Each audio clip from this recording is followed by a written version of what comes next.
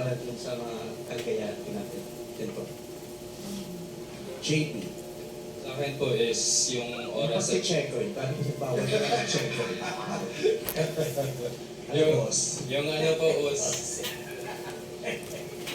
yung ano po, yung oras sa trabaho, yung pagiging dedicated sa trabaho po. Kasi I think Mika is 23 years old, right?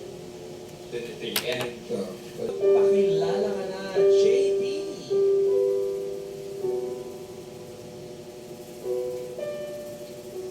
hi, boss.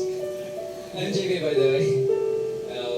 Mika, hopefully that yung susunod na maging partner mo is kayang gawin na maging consistent sa'yo. Kasi sa narinig ko kanina is hindi na panindigan ng ex mo yung pinapakita sa'yo na kagandahan. So, hopefully na mabigay sa'yo yan.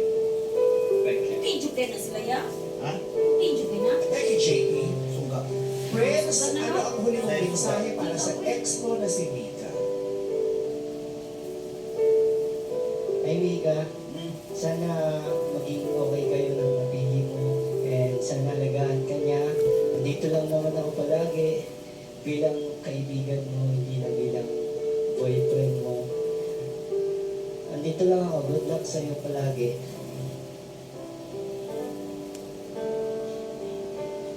May sasabihin ka ba, Mika?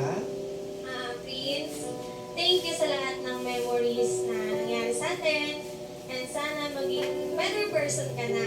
At huwag ka lang pasaway sa susunod na relationship mo. Ingat ka palagi. Thank you. At saka alam ko pa rin yung password mo. Kahit wala na tayo.